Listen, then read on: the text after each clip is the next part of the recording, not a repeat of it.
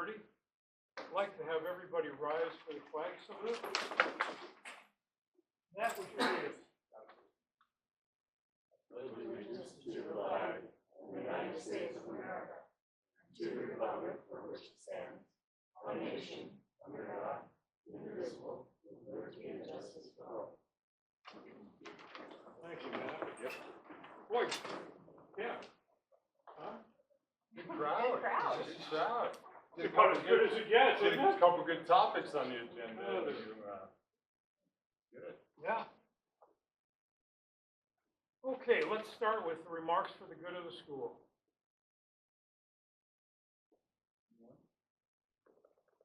So was that last week? It's been, weeks ago? no, 2 weeks ago tomorrow. Yeah. So the middle school took the whole 6th grade class to Camp Reed for a 2-day, 1-night experience. Absolutely amazing. It was so Phil Johnson, Kaylee, Chris, Henry Brunner, Cindy Ulrich, Charlie Cudney, Brandon Potter, Steve Scott, Mandy Burns, Tara Reichel, Emily Moman, Joe Flatter, a handful of parents. Wouldn't miss anybody, but it was just absolutely amazing. It was the first time that I understand that they actually been able to go on an overnight experience. And I'd love to see if we can measure somehow and see if this has an impact on the cohesiveness of that whole graduating class moving forward. It was amazing. It was absolutely amazing to see the kids interacting, and I could go on for a long time. It's a long meeting anyway, so I'll stop there. That's just no. And thank you for your work, because anytime I talk to anybody, they said that it was you that did it. So, Thank you. Thank you. It was fun. The kids did a great job. We had never taken them overnight before, so you never know how that's gonna go. But the kids did a good job, and I really appreciate all the parents that came and the staff that came, and it was good. Yeah. Others? Well, I got one for you. I'll tell you. I challenged the board at the beginning of the year to do something that fits their particular style, their particular skills in relationship to the support of the school. And whatever, and it might be one school, it might be all the schools. I've had the privilege of handling 4 estates for my family. And so my father, my grandmother, my brother, and my aunt. When they died, I handled the distribution to their heirs. And many times I was also named as one of the recipients.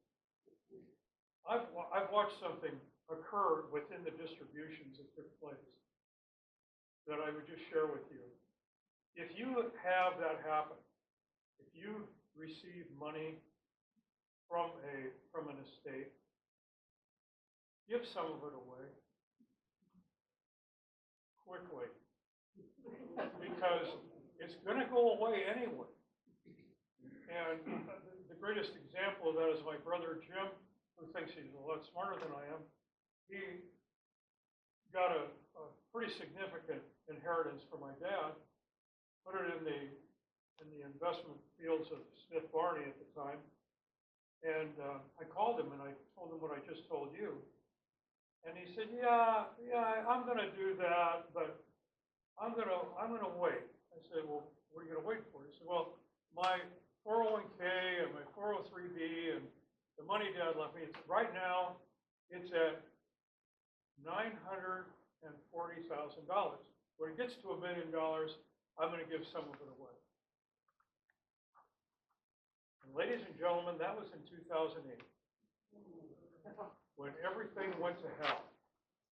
And I mean, if you own Lehman Brothers and you were going to wait for that stock to come back, you'd have to wait until Lehman came back, because they didn't exist anymore. And that was true of a lot of the companies, major companies in the U.S. that were seen as investment-grade companies. My brother's balance in his account went from that over $900,000 level down to $450,000. $480,000 in 1 week. But he didn't give anything away. Didn't give anything away. So I have lived by that philosophy, and this last week, I've gotten to know Barb Winkle, and she's does the PE over at the middle school and does the bike safety program over there, which is really popular with the kids. And I found out that she had to have some maintenance stuff done on her bikes. And earlier that week, I had taken $1,000 in cash out of my checking account that was kind of representing from the inheritance I got from my brother Tom, and I was going to just kind of keep that for bad money and then around. And then I reminded myself of the story, and I went right over to Lisa, our finance gal, and I gave her the bank envelope with $1,000 in it and said, I want this to go to Barb for her program because I think there's a sense of urgency in getting the bikes all up and running for the school year.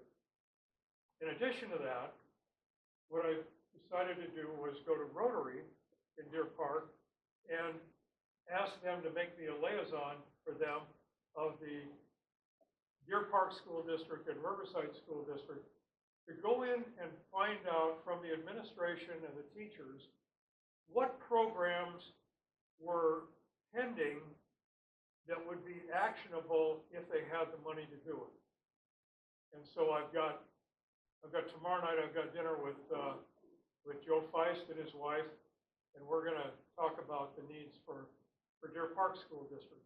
But here, what I'm going to do is we're going to do $1,000 to I have a hard time remembering her name for the special needs kid.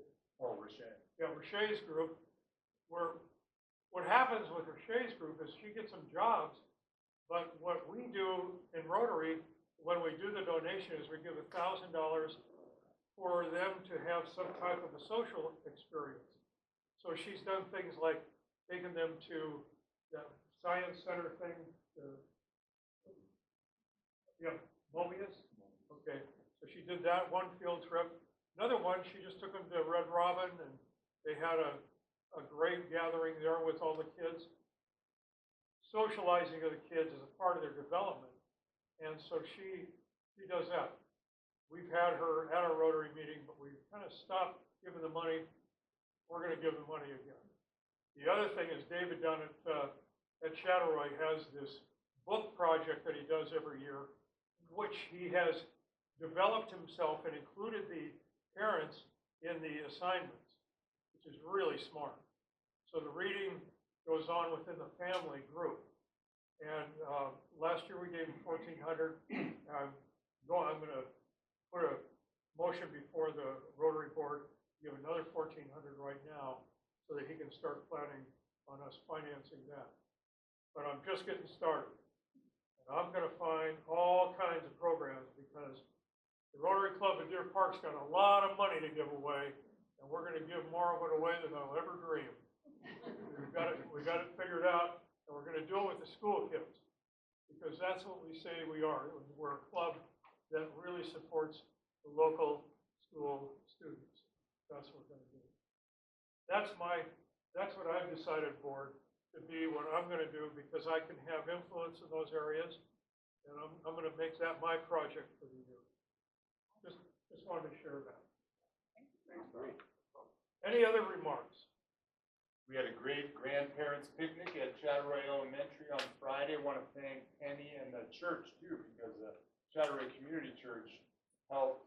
Jack Scott was there. He helped coordinate some people to stand in place of grandparents who couldn't be there for some of our kids, and Rob advertised the event in his weekly message. So it was just huge. Huge, just so many grandparents. One set of grandparents drove all the way from Lebanon, Oregon, just for the event, and it was just fun to, we talked about getting the older generation in our schools, because sometimes what they hear about education and maybe they see on the news or whatever whatever might not be exactly matched up with what we have to offer. And so to be able to see the great relationships with staff and the school itself and everything is really, really neat. So another example of building. Thanks. We do have Laura here. Laura's from the Deer Park Tribune, and Laura, you and your crew do a great job of reaching out to Riverside, not making it all about Deer Park. Yeah, you do an awesome job. So we are the north side too, and so Well, you this do is great. my first time here, so I will be here more. Thank you.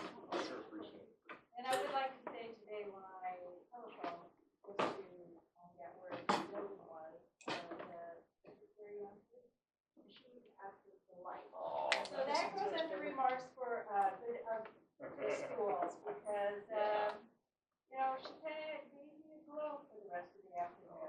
that's awesome. That's good to hear. And thanks for being here, because I know you're covering the other $1,000 donation, right, from Richard Creedy for the playground equipment at Chatteray Elementary, which is another great, Richard definitely agrees with your philosophy. Oh, Give good. it away. Give it away. You gotta do it. Yes. You really do. Other remarks? Yes. The deacons at Chatteray Church, as Ken mentioned, Jack has been involved with the activities for the elementary. He's also meeting with Travis about some future involvement that our church down there is going to have with the staff down there. And so you'll see more. We've really enjoyed being there, like for the overflow of parking that comes for the events down there, Christmas and Veterans event, I think. And so we're happy to be able to participate here. We put people up in front of us, you'll be hearing some more about that down there. We're really pleased to be able to do it. And we encourage the other churches up in this part of the district to involve themselves too. And I want to put the one on. That's great. That's great. Well, speaking of that, Penny, so I did want to comment another good experience. We had that together yesterday. We have a new church called Align, A-L-I-G-N, and it's Scott Crane is the pastor. He's new to the area, and right now they're renting our middle school, but their vision is to have a church in our community. But Scott invited me to come speak with the church yesterday. So I sat at a table, he had a mic, I had a mic, and we visited with the congregation, and there were probably, I don't know, a couple hundred people and in the commons of the middle school. And it was another example of how might we partner, and so they are donating money for the Thanksgiving dinner that we were hosting. They are also, I believe, they are actually going to provide food for the Riverside Middle School staff during parent-teacher conferences. So that's a nice day. And I think one thing I would like to just continue to message is that I believe that in our society right now, there's almost a stigma to not have churches and schools talk. And it's fascinating to me because, I don't know, I've been in education for 32 years, and I've always found it not a bad thing if you have churches and schools talk. You have to keep separation of church and state. There's no doubt about that. But it doesn't mean you can't be friends. And you can't talk about the commonalities of the organization. So this, between Chatteray Community Church and Align just yesterday, those are two really clear, concrete examples of being able to partner and build relationships. I think it goes a long way, especially in a rural community, when those are the gathering places. And it's intergenerational. That's, I think, a real challenge in education, is how do you have people who are no longer in the school system connected in some way. And I told the church yesterday the saying of the kids these days, it's just not true. The kids are awesome. They're amazing. And there's some challenges for sure that are different than when some of us grew up, but at the same time, they're amazing. So that's really good news. I think we keep building up. I'd like to add on that note. My name is Wesley Stone. We've moved here from the west side 2 years ago, building on a small farm in the Riverside. And this whole community has really welcomed us in. And with Scott and Holly, we were members of one church, and there was kind of a separation there of change of church vision, and then them separating and kind of going out into starting their own church plant. And it's been really inspiring, uplifting, and just optimistic. Riverside, we fell in love with moving here. Not for us to go there. See Riverside and Scott and Holly Planting Nature partnered together because the values are so similar. Like they're very influential on bringing the community together, to support the community, bringing people together to lift up the community. And like Riverside values, very much the same thing, community focus. So I've been called to follow them and go for them, and it's really beautiful to see all of this come together. And likewise, we can partner with other churches to lift up the community, especially in kind of the era that we're in right now. So just to kind of add on to that, it's really cool to see all of this partnership happening with all these different branches of the community coming together to lift up the community, but also lift up the community.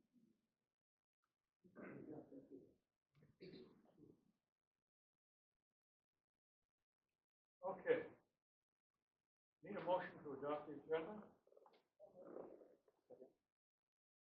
Discussion, all in favor, say aye.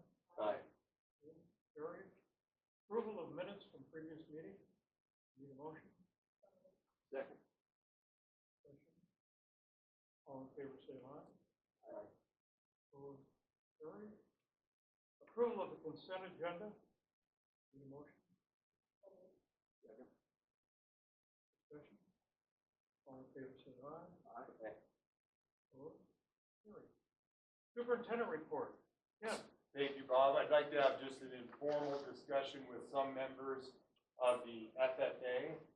And we obviously postponed our meeting from the last time due to the storm and the power outage. Thanks for your flexibility on that. So we have Julie Hazel, who is our middle school ag science teacher FFA advisor. She's here. We also have Thaddeus Baker, one of our parents, who's super involved in the FFA Booster Club. And so we're excited to talk to you a little bit about FFA trap shooting.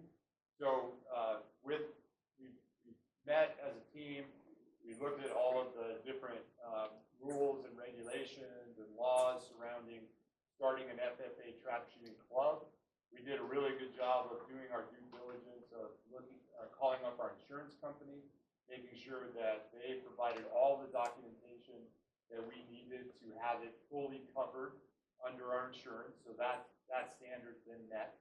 We also talked with finance people just to figure out how do we fund this great new opportunity for the kids. And so with that said, I just want to ask a few questions.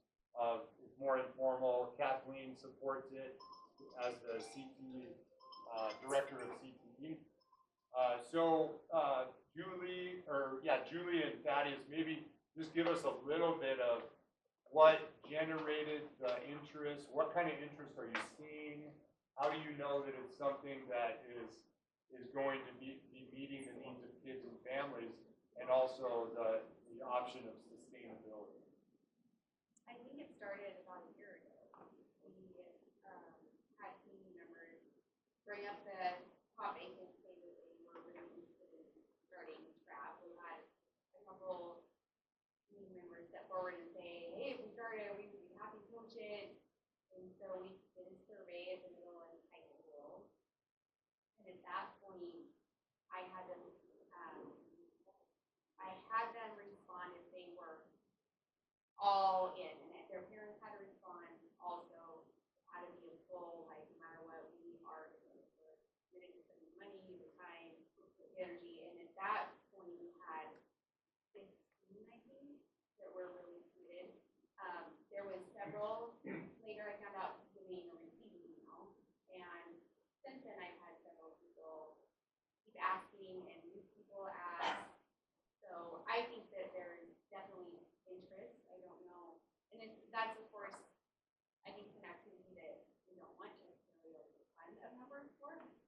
at all times anyway. Yeah. So I think that that's positive.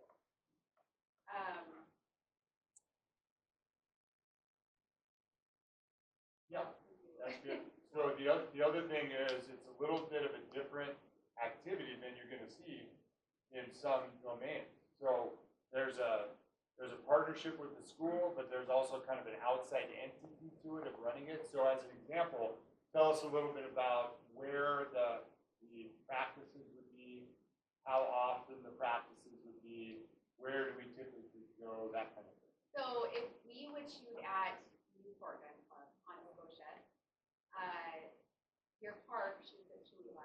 So Newport has already said you're more than welcome to come shoot up there. We were thinking, the coaches, the two that have volunteered from the community to be coaches, thought it'd be best to do like a Sunday afternoon. They did not want to interfere with sports. The history with other clubs is that there's two seasons, there's fall and there's spring. The fall typically, they have issues with participation based off of football especially. Yeah. So usually the fall is, I think it was your part that said that they have like 5 members in the fall usually that are consistent shooters. And in the spring they have like 30. So it's a big difference. Spring is a very busy season. So, yeah, that's where we would be. There's no fees to go there. They seem very accommodating, super happy. David Brothers, the one that runs that up there.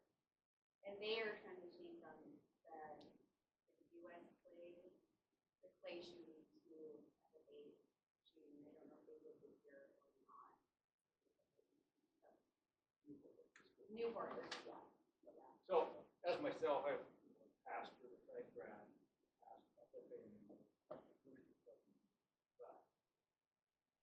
wasn't a big sports guy. I've always liked sports, but I didn't participate really. High school rodeo and trap.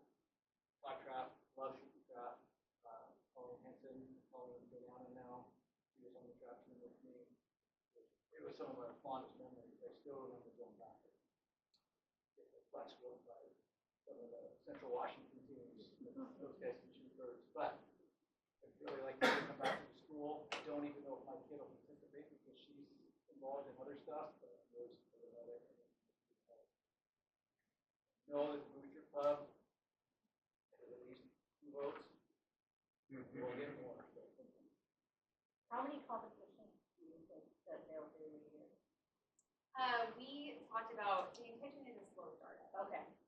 Because this is new to everyone. So I think the goal was maybe a few practices, some practices in the fall, probably no competitions. This was if we were gonna get it through for this fall. Okay.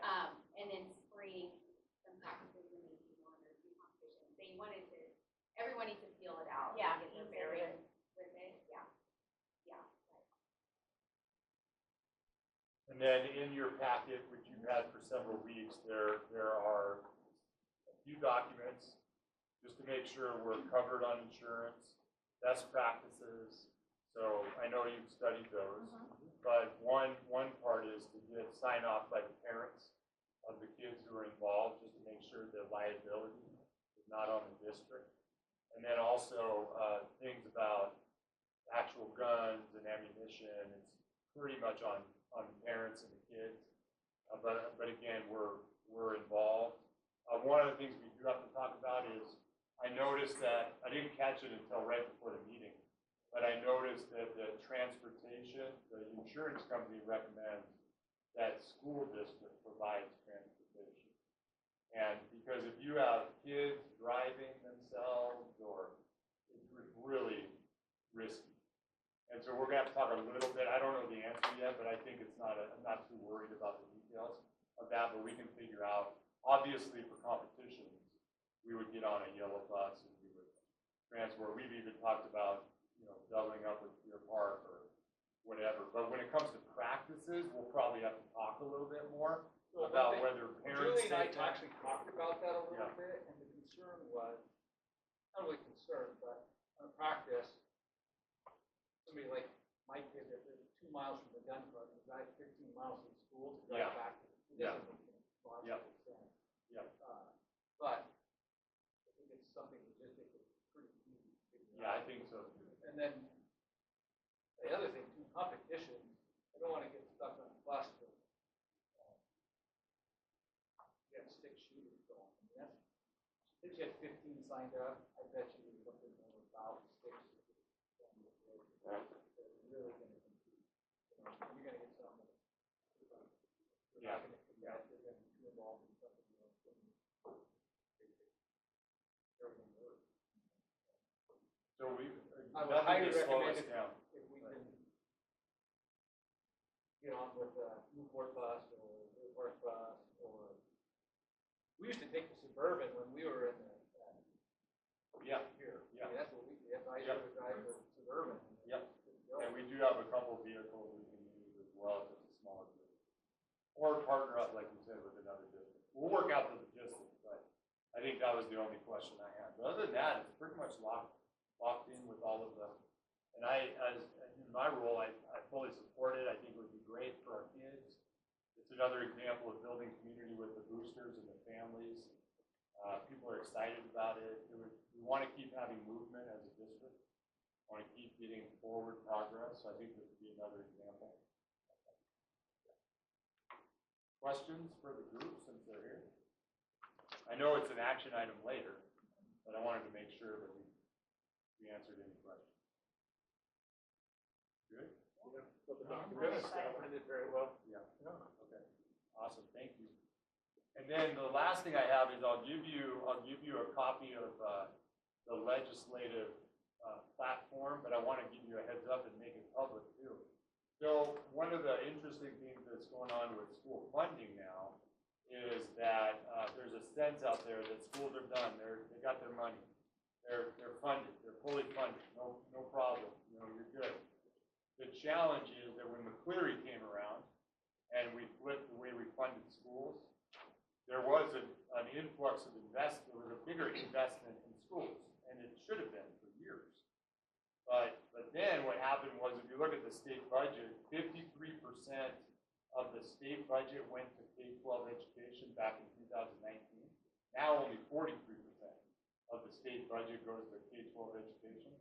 And the problem that we have is that there are three main areas that we need to talk about. And Matt, you're the legislative rep, and so we need to build relationships, like when you had Leonard come to our schools and see and meet him. We need to continue to talk with our legislators and have them understand the challenge around three major areas. The first one is special education. So special education is expensive. And so in order to meet all the needs of our kids with disabilities and the staffing that's required, the materials that are required, the supplies that are required, the transportation that's required, we need the state to fully fund special education. It only funds part of special education. So we have to use our levy funds to offset the cost of special education. The second area is called MSOC, which stands for materials, supplies, and operating costs. So the biggest challenge we have is insurance. And most of you in the audience, you can kind of probably relate to this personally. But as an example, our insurance costs as a district have gone up by 128% over the last 5 years. And our MSOC, materials, supplies, and operating costs budget, has gone up only by 17.5% over the last 5 years. So we have to pay for insurance and utilities, as an example. So, for example, after insurance, it leaves $19,000 in our utilities budget.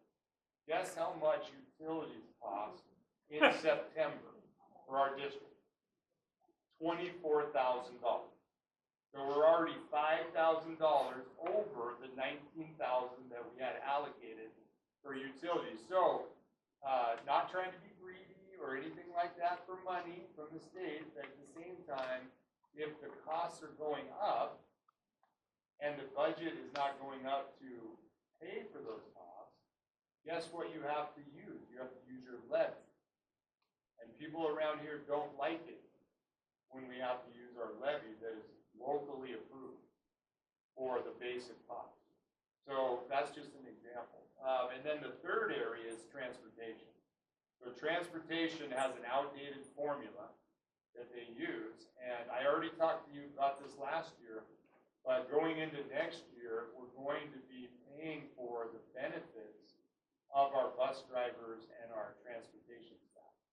And I've told you before, I don't mind if we try to help our employees by having a good benefit package. The problem is it's not funded. So if the state doesn't fund a law that they approve, that goes out of your levy or your savings. And so those are the three areas that we're going to be talking about, making sure that we influence our legislators and that we do a good job of explaining the Riverside situation. What are you seeing? Well, I'm seeing that it's going to be very difficult because the revenue forecast is not looking great. I think the economy is going to be in a uncertain position with the presidential election happening in November, and then typically what you see after a presidential election, it's really hard to know. So we may end up going to a legislative session where they will say, you have enough money. You have enough money. Just tighten your belt and just deal with it. And it's just, we have a flawed funding mechanism that needs to be fixed on how this, Penny, you and I talked about that. So McCleary, it almost comes across like a fix-all or something. And it isn't. It's caused some other issues. The other thing is it dictates our path forward around whether we rerun the bond or whether we don't rerun the bond. And those of you who've attended meetings, you already know this, but for you new people, the board is elected not to run in November and likely not run in February, and then see how the economy looks over the next few months and continue to engage our community and see what they want and what they feel like they can afford. But it's so uncertain right now. We'll have to see how the elections go in November, like Deer Park's rerunning their bond, Cheney's rerunning their bond, West Valley's running a capital levy instead of a bond. So it'll be interesting to see what the school elections look like in November. But we're trying not to kick the bucket down the road. We're also trying to be very smart about the reality of things. And there is a time where if you just keep re-asking and re-asking, your community looks at you and just says, you're not listening. And so we need to talk about that more. We still have a vision of being the best rural district in the region, and part of that is having a good facilities plan.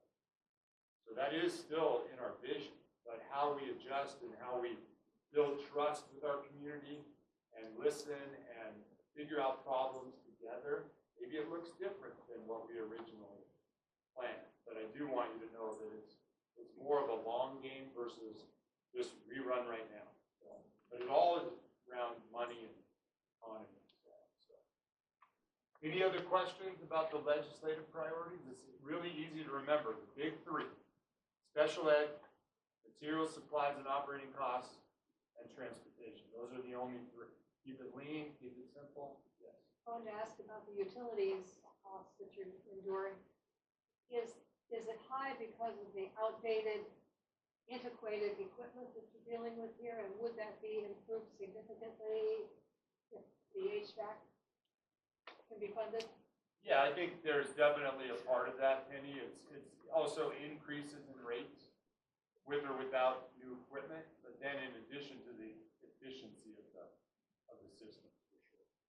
I mean, I And gave that, that much. you bring up that issue of the HVAC. What an interesting case study to talk about as a community, because when we ran the bond, you remember that it was estimated at $23 million to update all of the systems throughout our district. And most people saw that and went, what? 23 million, are you kidding me? Who did you bring in, you know? And it's like, just normal companies.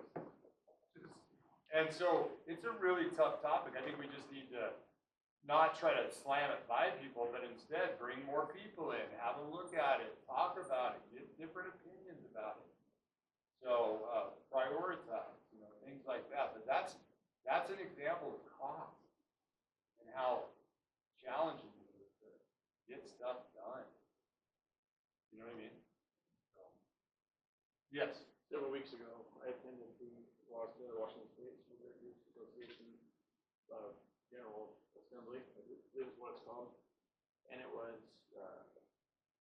addressing, you know, some of the very same things that you're talking about, and those are very similar themes to what other school districts throughout the state are speaking. Yeah, exactly, yeah. Yeah, we've talked a lot about it in our region, is really informing people about those challenges, showing the facts, showing the information, being on the same page about it, rather than competing interests. Yep. You know, the tough part in the state budget is you have other agencies and other efforts that need money as well. And we know that, like I often say, I know I'm biased towards education because I'm a superintendent, but I really do believe if you invest more in education, you're gonna have less expenses for the other things that happen. I have to talk about incarceration, medication, and education. If you spend more money on education, you're gonna decrease the amount of money for medication and the amount of money for incarceration. Just on my soapbox. Anyways, yeah, but there are competing interests. Yes, you're welcome. All right. Going on to our business section, speaking of FFA trap shooting, we need a motion to approve. Second. Discussion. All in favor, say aye. Aye. Opposed? Carried. Let's do this. And then we also need a motion on the, what does that stand for? Launch Northwest. Launch Northwest, okay. Need a motion on that. Second. And then I'll just, a quick little reminder, you saw it in your packet, but Launch, and you're very familiar with Launch, Matt. Yep. So it's an initiative where we're working in the region, where Riverside signed up with it. If you look at post-secondary readiness metrics, and that includes 2-year, 4-year, 1-year technical school apprenticeships, it's low in our region. So we want to increase the percentage